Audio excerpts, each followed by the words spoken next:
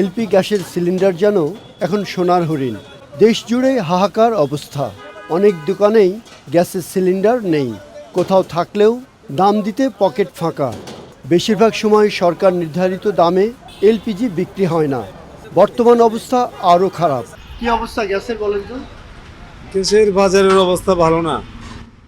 খোঁজাখুঁজির পরে কারণ বাজার থেকে গিয়ে আগে কিনতাম 1300, এখন আনছি 1750। এর ভিতরে গাড়ি ভাড়া আছে, গাড়ি ভাড়া গেছে 120 টাকা, মোট মিলে 1820 টাকা গেছে একটা গ্যাস কিনতে। ছোট গ্যাস, 12 কেজির গ্যাস। না না, কোথাও গ্যাস পাওয়া যায় না। খুব খোঁজাখুঁজির পরে যে কারণ বাজার থেকে গিয়ে নিয়ে আসছি, তাও 2700 জনের পরে সিরিয়াল দিলে, তারপরেও দাম বেশি। খুচরা বিক্রেতারা বলছেন সরবরাহ নেই। আমরা তো এখন রীতিমতো মবের শিকার হচ্ছি কাস্টমারের কাছ থেকে, কারণ আমরা কোম্পানিতে গ্যাস পাচ্ছি না, কাস্টমারকে গ্যাস দিতে পারতেছি না। কাস্টমার এসে বলতেছে একটা গ্যাস যত টাকায় লাগুক আমাদের একটা গ্যাস দেন, না দিতে পারলে দেখা যাচ্ছে মবের শিকার হচ্ছি। এই কারণে আমরা গতকাল দোকান বন্ধ রাখছিলাম এবং কি ভাবতেছি আজও বন্ধ রাখবো, গ্যাস না পাওয়া পর্যন্ত দোকান বন্ধ রাখবো। কোম্পানি আমাকে সেক্ষেত্রে গ্যাস দিচ্ছে 20টা থেকে 30টার মধ্যে, কিন্তু আমার তো 150টা গ্যাসের চাহিদা। ত্রিমুখী সমস্যার কথা জানালেন উদ্যোক্তা। গ্লোবাল সাপ্লাই চেইনে শর্টেজ আছে এলপিজির, 1। 2 নম্বর হচ্ছে এই শীতকালীন সময় এলপিজির ব্যবহার বেড়ে গেছে। মূলত যে কারণটা এসে দাঁড়িয়েছে সেটা হচ্ছে যে ইউএস স্যাংশন এসছে পরিবহন খাতে, জাহাজে। এই সময়টা কিন্তু দীর্ঘমেয়াদী হবে না, এলপিজি এসে পৌঁছায়নি, যেগুলা অন্য ভ্যাসেলসে আসবে খুব শীঘ্রই। আগামী 10 তারিখ 15 তারিখের ভিতরেই আপনি দেখবেন এলপিজি সরবরাহ বেড়ে গেল। এই প্রথমবার আমাদের এই এফেক্টটা পেলাম আমরা। কিন্তু এর আগে ধরেন আপনার ইউক্রেন রাশিয়া যুদ্ধ ছিল, তখনও কিন্তু এলপিজি সরবরাহ ছিল। আপনার এরপরে আপনার ইসরায়েল এবং প্যালেস্টাইনের যে যুদ্ধ হয়েছে, তখনও কিন্তু আমাদের এলপিজি সরবরাহ বিঘ্নিত হয় নাই, কোনো সময় বিঘ্নিত হয় নাই। প্রথমবার মতন আমাদের এলপিজি সরবরাহ বিঘ্নিত হওয়ার পিছনে প্রথমত 3টা কারণ আমি বলবো। গ্লোবাল সাপ্লাই চেইনে শর্টেজ আছে এলপিজির, 1। 2 নম্বর হচ্ছে এই শীতকালীন সময় বাংলাদেশে কেন, অন্যান্য দেশেও কিন্তু এই জ্বালানি এবং বা আপনার ঘর কিংবা তাদের অফিস স্থল গরম করার জন্য হলো এলপিজির ব্যবহার বেড়ে গেছে। 2। 3 নম্বর হচ্ছে যে মূলত যে কারণটা এসে দাঁড়িয়েছে সেটা হচ্ছে যে ইউএস স্যাংশন এসছে পরিবহন খাতে, জাহাজে। এই জাহাজগুলো কোনো না কোনোভাবে কোনো স্যাংশন লোক কিংবা কোনো স্যাংশন কান্ট্রির সাথে ইনভলভ ছিল, তাদের কানেকশনস ছিল। এর জন্য ইউএস গভর্নমেন্ট স্যাংশন দিয়েছে, যার ফলশ্রুতিতে সরবরাহ বিঘ্নিত হয়েছে।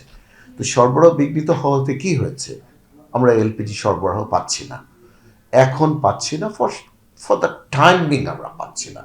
এই সময়টা কিন্তু দীর্ঘমেয়াদী হবে না, এটা খুব অল্প সময়ের জন্য হচ্ছে। এমনও লাইসেন্সি আছেন যিনারা আর্জেন্টিনা থেকে কিন্তু এখন এলপিজি নিয়ে আসছেন, প্রত্যেকে। আমি আমার প্রতিষ্ঠান থেকে, নরওয়ে থেকে আমি সোর্সিংয়ের জন্য চেষ্টা করছি। ফলে এই যে প্রত্যেকটা জায়গা থেকে আপনার এলপিজি আনানোর জন্য যারা আমরা প্রাইভেট সেক্টরে কাজ করি, সবাই কিন্তু খুব পজিটিভ। এদেশের এই ক্রান্তি লগ্নে সবাই কিন্তু হাত গুটিয়ে নেই, সবাই কিন্তু এইখানে সরবরাহ নিশ্চিত করার জন্য কাজ করছে, 1। এবং ভবিষ্যতে যাতে এই ধরনের কিছু না হয়, আর হলেও মোকাবিলা করার যে প্রসেসটা, প্রাইভেট সেক্টর কিন্তু এটাকে অ্যাড্রেস করার জন্য কাজ করছে এবং লোয়া বিশেষ করে এটা নিয়ে কাজ করছে, যাতে ভবিষ্যতে এই ধরনের ক্রাইসিসে তারা অ্যাড্রেস করতে পারে, যাতে এই এনার্জি সিকিউরিটিটা কোয়েশ্চেনেবল না হয়। ফলে আপনার আগামীতে অল্প কিছু দিনের মধ্যেই আপনি দেখবেন এলপিজি সরবরাহ সুন্দর হয়েছে, ভালো হয়েছে এবং সব জায়গায় এলপিজি চলে গেছে। আবার আগামী মাস থেকে একটু হালকা গরমও পড়া শুরু হবে। শীতের প্রভাবটা যখন চলে যাবে, এলপিজির আপনার কনজামশনও কমে যাবে।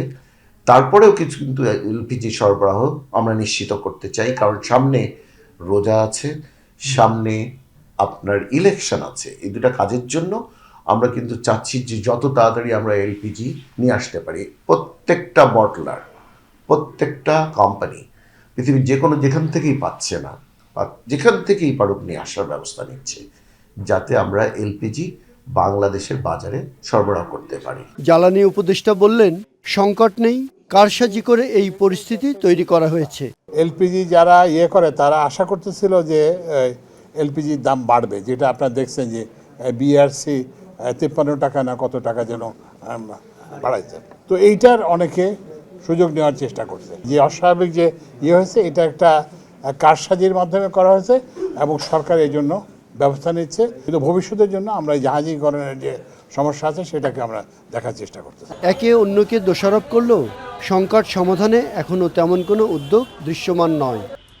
এই যে বোতলগুলো দেখছেন, এগুলো খালি। সরকার বলছে খুচরা ব্যবসায়ীরা কারসাজি করে দাম বাড়িয়েছে, আবার খুচরা ব্যবসায়ীরা বলছে যে তাদের কাছে সরবরাহ নেই। অন্যদিকে সরবরাহকারীরা যারা আমদানি করছে তারা বলছে জাহাজ আটকে আছে গত 1 মাস ধরে। বিপদে পড়েছে ভোক্তারা, না পাচ্ছেন গ্যাস, যা পাচ্ছেন তা অনেক বেশি দাম দিয়ে কিনতে হচ্ছে। রান্নার গ্যাসের এই ত্রিমুখী সমস্যা নিয়ে নানান ভোগান্তিতে পড়ছে গ্রাহক। কখন কিভাবে এই সমস্যার সমাধান হবে তা এখন দেখার বিষয়। রাজধানীর একটি দোকান থেকে রফিকুল বাশার, চ্যানেল আই।